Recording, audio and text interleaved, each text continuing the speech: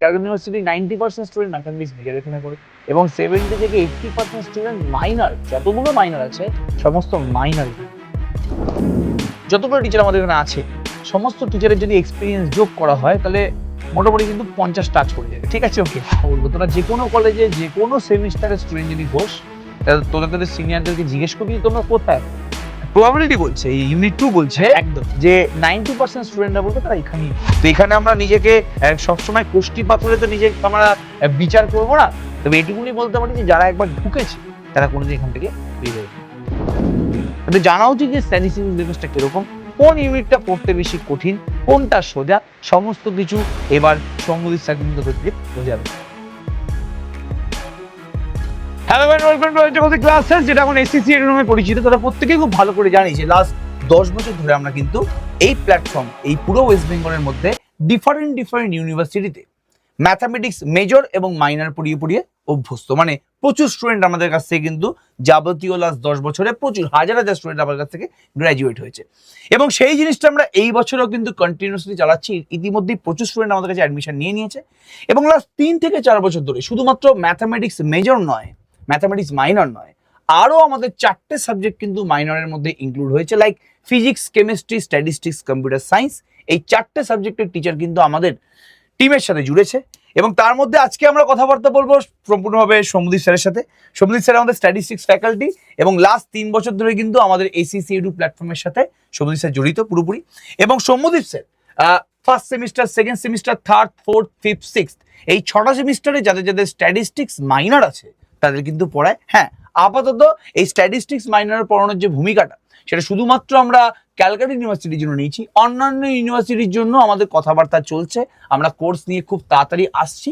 ম্যাথামেটিক্সের জন্য তো কোর্স আমাদের আছেই মেজর মাইনরের জন্য ডিফারেন্ট ইউনিভার্সিটি, বাট এই 4টে যে সাবজেক্ট আছে physics, chemistry, statistics, computer science, এই 4টে সাবজেক্টের জন্য কিন্তু ফার্স্ট সেমিস্টার থেকে সিক্স সেমিস্টার অবধি ডিফারেন্ট আদার দ্যান ক্যালকাটা ইউনিভার্সিটির কোর্স আমরা অবশ্যই নিয়ে আসবো।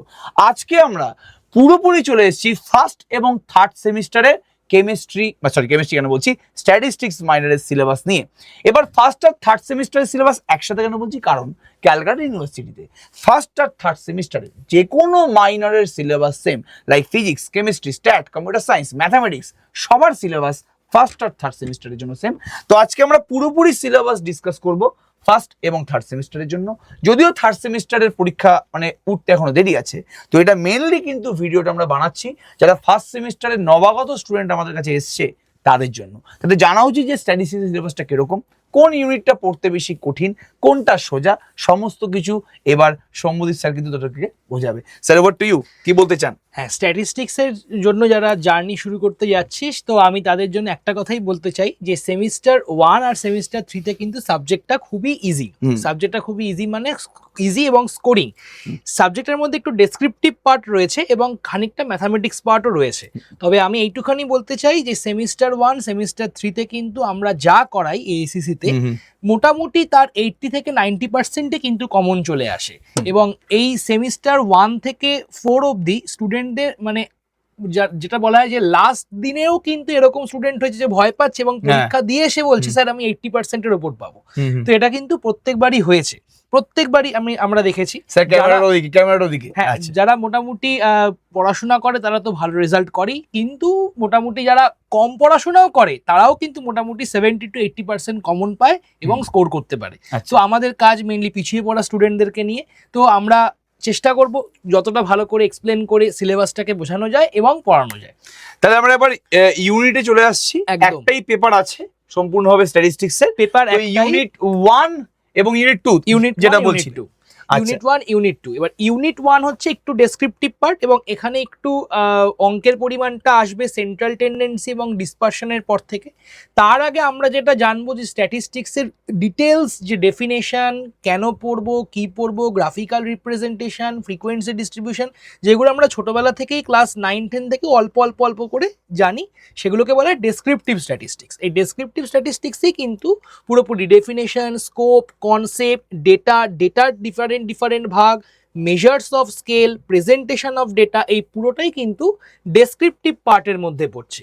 এবার এই ডেসক্রিপটিভ পার্ট একটা কি ব্যাপার, অনেক স্টুডেন্টদের মনে হয় যে ডেসক্রিপটিভ পার্টে প্রচুর পড়তে হবে। হ্যাঁ, এটা পড়তে হবে, তার কারণটা হচ্ছে স্ট্যাটিস্টিক্স যদি আমরা না বুঝি, কারণ নতুন সাবজেক্ট, সবাই তার পুরনো সাবজেক্ট না, আগে অনেকে স্ট্যাটিস্টিক্স ছিল না, তো তার জন্য বেসিক ইন্ট্রোডাকশন হিসাবে কিন্তু এই ডেফিনেশন পার্টগুলো কিন্তু পড়তেই হবে, না হলে আমরা ম্যাথামেটিক্স পার্টগুলোকে কিন্তু বুঝতে পারবো না। তো এরপরে যেটা চলে আসবে, এরপরে যে টপিকটাতে চলে আসবে এই মেজার্স অফ সেন্ট্রাল টেন্ডেন্সি, এটা আমাদের সব থেকে ইন্টারেস্টিং জায়গা, মানে এরপরই, কারণ এখানে কিন্তু ঢুকে যাবে অঙ্ক বা নিউমেরিক্যাল পোর্শন। এবার নিউমেরিক্যাল পোর্শন ঢুকছে মানে কিন্তু শুধু যে নিউমেরিক্যাল তা কিন্তু নয়, নিউমেরিক্যালের সাথে সাথে কিন্তু আমাদের থিওরিটিক্যাল পোর্শনে পড়তে হবে, কারণ অনার্সে কিন্তু এমসিকিউ বলে, অনার্স বলতে মেজর বা মাইনরে কিন্তু এমসিকিউ বলে কিছু হয় না, এখানে কিন্তু আমাদের সবকটাই কিন্তু থিওরিটিক্যালি প্রুভ করতে হবে, সে নিউমেরিক্যাল হোক কি ডেসক্রিপটিভ হোক, থিওরিটিক্যালি প্রুভ করতে হবে। তো এই measures of central tendency, measures of dispersion, এই পুরোটাই কিন্তু আমাদের থিওরি এবং ম্যাথামেটিক্স এই নিয়ে আমাদের চলবে। মানে ইউনিট 1টা কি স্ট্যাটিস্টিক্স এর এই যে আমাদের শুরুটা আছে তার থেকে আরম্ভ করে এই মেজার্স অফ ডিসপারশন অবধি ইউনিট 1 আছে। আচ্ছা, খুব ভালো কথা। এবং এই ইউনিট 1টাতে কিন্তু আমি সবাইকে বলছি, ভয় পাওয়ার কোনো কারণ নেই, যাদের থিওরি পছন্দ নয় তাদের জন্য অঙ্ক রয়েছে, অঙ্কতে স্কোর করা যাবে, যাদের অঙ্কতে ভয় লাগে থিওরিতেও কিন্তু তারা স্কোর করে নাম্বার তুলে নিতে পারবে। কিন্তু ইউনিট 2 যখন চলে এলো প্রবাবিলিটি, তার মানে এখানে বোঝাই যাচ্ছে যে এখানে থিওরির পরিমাণ অবভিয়াসলি কমে যাবে এবং অঙ্কের পরিমাণ বাড়বে। অঙ্ক বলতে কিন্তু শুধু অঙ্ক নয়, অঙ্কের সাথে প্রুফ, ডেরিভেশন এগুলো কিন্তু থাকবে, এবং প্রবাবিলিটি যতটা ইম্পর্টেন্ট স্ট্যাটিস্টিক্স মাইনরের জন্য, ইকুয়ালি কিন্তু ইম্পর্টেন্ট যাদের ম্যাথস মেজর আছে বা ইকোনমিক্স রয়েছে তাদের জন্য, কারণ প্রবাবিলিটি কিন্তু সব জায়গায় কাজে লাগবে।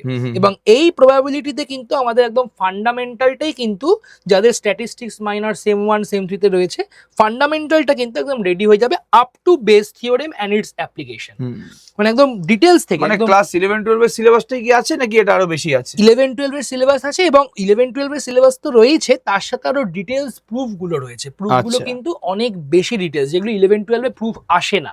11 12 এ শুধু অঙ্ক দিয়ে আমরা ছেড়ে দিই, কিন্তু এখানে কিন্তু আমাদের সেই অঙ্কের পাশাপাশি প্রুফও আছে, ঠিক আছে? তো প্রুফগুলো ইটসেলফ একটা অঙ্ক, তো সেই প্রুফগুলো কিন্তু আমাদের করতে হবে। আচ্ছা আচ্ছা, তাহলে এখানেই আমাদের এইটুকুনি আমাদের ইউনিট 2। এবার ইউনিট 1 আর ইউনিট 2 এর মধ্যে কোনটা বেশি ডিফিকাল্ট? এটা ছোট বলে মনে হচ্ছে, তাহলে এটা সোজা। ইউনিট 1 এর মধ্যে আমি একদম খোলাখুলি কথা বলছি, যারা একদম থিওরি পছন্দ করে তাদের ইউনিট 1 পছন্দ লাগবে, কারণ ইউনিট 1 এ ম্যাক্সিমামটাই থিওরি। আর যারা নিউমেরিক্যাল পছন্দ করে তারা ইউনিট 1 এর লাস্ট থেকে আরম্ভ করে মানে এই পেজটাই তাদের পছন্দ হবে। এবং আমিও অবভিয়াসলি যেহেতু ম্যাথামেটিক্স পছন্দ আমার, তো সেই কারণে আমার এই পোর্শনটাতে আমি টার্গেট রাখি কত তাড়াতাড়ি আমি ওইটা শেষ করে এই পোর্শনে যাব। কিন্তু অবভিয়াসলি আমি এই পোর্শন দিয়ে শুরু করবো না, কারণ আস্তে আস্তে স্টুডেন্টরা একবার স্কিপ হয়ে গেলে এই জায়গাটা বুঝতে প্রবলেম হবে। আমি শুরু করব একদম থিওরিটিক্যাল পোর্শন থেকে। আচ্ছা, তাহলে এবার আমরা চলে আসি যে কেন আমাদেরকে চুজ করা উচিত। কেন আমাদেরকে চুজ করা উচিত এটা না, মানে আমাদেরকে আমরা নিজের মুখে কেন বলবো, তোরা যে কোনো কলেজে যে কোনো সেমিস্টারের স্টুডেন্ট যদি হোস, তোদের সিনিয়রদেরকে জিজ্ঞেস করবি যে তোমরা কোথায় পড়ো। প্রবাবিলিটি বলছে, এই ইউনিট 2 বলছে একদম যে 90% স্টুডেন্টরা বলবে তারা এখানেই পড়ে। 3 বছর পড়ার পর এটার বলার মানে হয় না জিনিসটা। তো এই 3 বছরই 90% student, Calcutta university 90% student mathematics major এখানে পড়ে, এবং 70 থেকে 80% স্টুডেন্ট মাইনর, যতগুলো মাইনর আছে সমস্ত মাইনর এখানে পড়ে। তাহলে আমাদের কিন্তু রেকর্ডটা মারাত্মক লেভেলের হাই। এবং সত্যি কথা বলতে গেলে কেন আমাদেরকে চুজ করলো আমি একটু নিজের মুখে বলে দিই, না বলতেও হতো, but recorded lectures of every online আর অফলাইন ক্লাস। আমাদের নিজস্ব পার্সোনালাইজড অ্যাপ আছে, তোরা প্লে স্টোরে গিয়ে সেই অ্যাপটা সার্চ করতে পারিস, ACCEDU, ACCEDU। এই ACCEDU অ্যাপটা তোরা ইনস্টল করে নিবি অবশ্যই, এবং সেই অ্যাপটা ইনস্টল করে সেখানে তোরা যদি কোর্সের মধ্যে তোদেরকে এনরোল করে দেওয়া হয়, তোরা each and every Sandip sir বা আমাদের যতগুলো কোর্স আছে সমস্ত কোর্সের সমস্ত ক্লাসের রেকর্ডেড ভিডিও এবং ক্লাস নোট এবং অ্যাসাইনমেন্ট প্রবলেম যাবতীয় যা যা আছে সমস্তগুলো তোরা কিন্তু একবারে পেয়ে যাবি। অনেকের ক্লাস মিস হতেই পারে, তারা চাইলে আমাদের অ্যাপ থেকে রেকর্ডেড ভিডিও দেখে নিতে পারে। এবং অনেকের মনে হয় যে না ওই ক্লাসটা একবার দেখি, আমি পরীক্ষার আগে একবার দেখবো যে ওই ক্লাসে কি করানো হয়েছিল কি করানো হয়নি। তারাও যেহেতু পুরো বছরের পুরো সেমিস্টারে যেহেতু ক্লাসের রেকর্ড ওখানে থাকে, তোরা সমস্ত ক্লাসগুলো কিন্তু সেখান থেকে মানে বেসিক্যালি আমরা ক্লাস 24/7 আওয়ার্স 24/7 আওয়ার্স আমরা এখানে অ্যাভেলেবিলিটি আছি। এক্সপিরিয়েন্স মেজর আর মাইনর টিচার, মানে যদি আমাদের সমস্ত টিচারদের, যতগুলো টিচার আমাদের এখানে আছে সমস্ত টিচারের যদি এক্সপিরিয়েন্স যোগ করা হয় তাহলে মোটামুটি কিন্তু 50 টাচ করে যাবে, ঠিক আছে? ওকে, তো অনেক বছরের এক্সপিরিয়েন্স আমাদের এখানে আছে, এবং এক্সপিরিয়েন্স নিয়ে কথাবার্তা বলে কাউকেই আমি ছোট করবো না। তো experience major and minor teachers weekly online offline exam, এটা একটু ভুল বলা আছে, এটা মেজরদের জন্যই শুধুমাত্র উইকলি আমরা এক্সাম নিই। মাইনর যেহেতু স্টুডেন্টরা যারা পড়বে তাদের তো মেজর সাবজেক্ট থাকবে একটা, তারা মেজরে একটু বেশি ফোকাস করে মাইনরের তুলনায়, তো উইকলি না হয় না, বাট মান্থলি অবশ্যই একটা কিন্তু এক্সাম আমাদের এখানে কন্ডাক্ট করা হবে যে কোনো মাইনর পেপারের জন্য।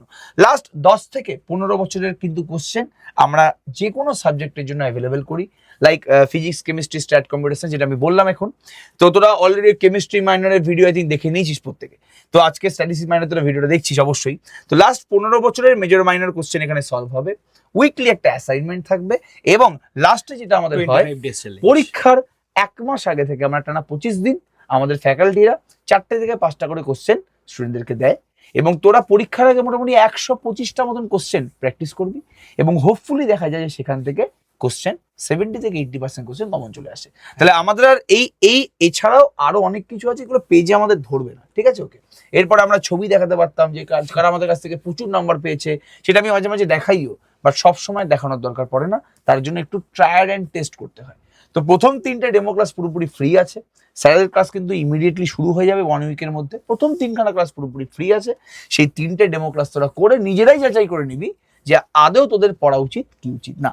তো এখানে আমরা নিজেকে সবসময় কোষ্টি পাথরে তো নিজে আমরা বিচার করব না, তবে এটুকুনি বলতে পারি যে যারা একবার ঢুকেছে তারা কোনোদিন এখান থেকে বেরোয়নি, যে সেটা আলাদা ব্যাপার। তাহলে আমাদের সাপোর্ট ম্যানেজমেন্ট, কেননা একটা ইনস্টিটিউট শুধুমাত্র টিচার, টিচিং ফ্যাকাল্টি দিয়ে চলে না, একটা ইনস্টিটিউট একটা সাপোর্ট সিস্টেম দিয়ে চলে। তো আমাদের ম্যানেজমেন্ট সেই সাপোর্ট সিস্টেমের জন্য 24 আওয়ার্স বলবো না জিনিসটা, বাট একটা অফিস টাইমিং যেটা আছে সকাল 11টা থেকে রাত 8টা, এই 8টাটা বেড়ে এখন 9টা হয়ে গেছে। তো 9টা অবধি আমাদের কিন্তু ফুল অ্যাভেলেবিলিটি তোরা পাবি। যখনই যা যাবতীয় প্রবলেম আছে সমস্ত প্রবলেমের সলিউশন কিন্তু তোরা 11টা থেকে 8টার মধ্যে পেয়ে যাবি। ডাউট সলভার অবশ্যই অ্যাভেলেবেল আছে, তোরা নিজের অ্যাপের মধ্যেই ডাউট সেকশন বলে একটা সেকশন পাবি, সেই ডাউট সেকশনে গিয়ে তোরা ডাউট পাঠাতে পারিস, ডাইরেক্ট স্যারের কাছে সেটা ডাউট যাবে এবং সেই ডাউট সলভ করে তোদের কিন্তু দিয়ে দেওয়া হবে, চিন্তা করিস না। Class and class material will be accessible within 24 hours. 24 hours বলা থাকে, বাট ক্লাস হওয়ার 10 থেকে 15 মিনিটের মধ্যে নোট আপলোড হয়ে যায়, এবং ভিডিওটা চলে আসে মোটামুটি 1 থেকে 1.5 ঘন্টা, বা হয় যদি পরের দিন হয় তাহলে সকালই ক্লাস শেষ মানেই নোট আপলোড হয়ে গেছে।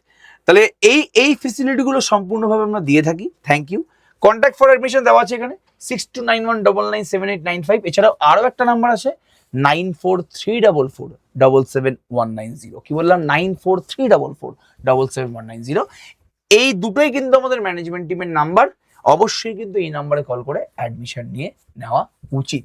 তো যারা যারা এখনো পর্যন্ত অ্যাডমিশন নিসনি, এই ভিডিও নিচে কিন্তু একটা গুগল ফর্ম দেওয়া হবে, সেই গুগল ফর্মে তোরা নিজের কোয়ারিজ যেগুলো আছে সেগুলো ফিল আপ কর, আর ডাইরেক্ট তোরা এই নাম্বারে কন্ট্যাক্ট করে তোরা যারা যারা ম্যাথামেটিক্স মেজর পড়তে চাস, ম্যাথামেটিক্স মাইনর পড়তে চাস, স্ট্যাটিস্টিক্স মাইনর পড়তে চাস, এবং ডিফারেন্ট সাবজেক্টের মাইনর পড়তে চাস, তারা কিন্তু অ্যাডমিশন নিতে পারিস। এই ভিডিওটা পুরোপুরি ডেডিকেটেড টু স্ট্যাটিস্টিক্সের জন্য।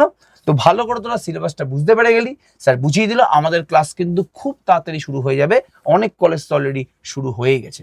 সবাইকে অল দ্য বেস্ট। আর কিছু বলতে চান কাইন্ডলি? All the best. আমি একটা কথাই বলতে চাই যে সেমিস্টার 1 আর সেমিস্টার 3 যদি খুব ভালো করে পড়া যায়, তাহলে সেমিস্টার 2 আর সেমিস্টার 4 একদম জলভাত মনে হবে।